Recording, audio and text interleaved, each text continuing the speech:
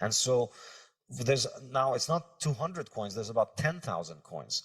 And if you've heard about any of them other than Bitcoin, it's because there's a small group of people that have been behind them. And so that, as far as I'm concerned, makes it highly unlikely that they would have a monetary role, because at the end of the day, what you appreciate about Bitcoin, what makes me pay attention to Bitcoin, is that it is neutral money that nobody can control.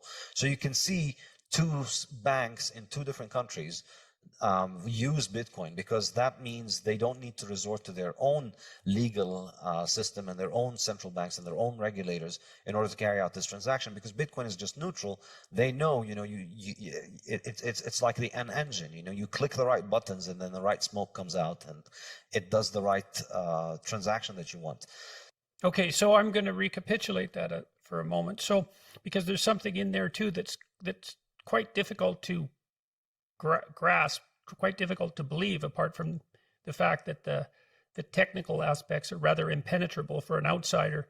The way Bitcoin came about seems like a story that's virtually impossible to believe. You couldn't make it up, right? So this unknown engineer, Satoshi, anonymous, came up with this idea that no one else had ever had, implemented it online, anonymized it, and then vanished essentially without a trace. I mean, how much do people know about him? Are we sure he's who invented it? And what the hell was he up to? And why did this happen? And why should an outsider believe any of this? Because it does seem like the plot of a bad science fiction novel.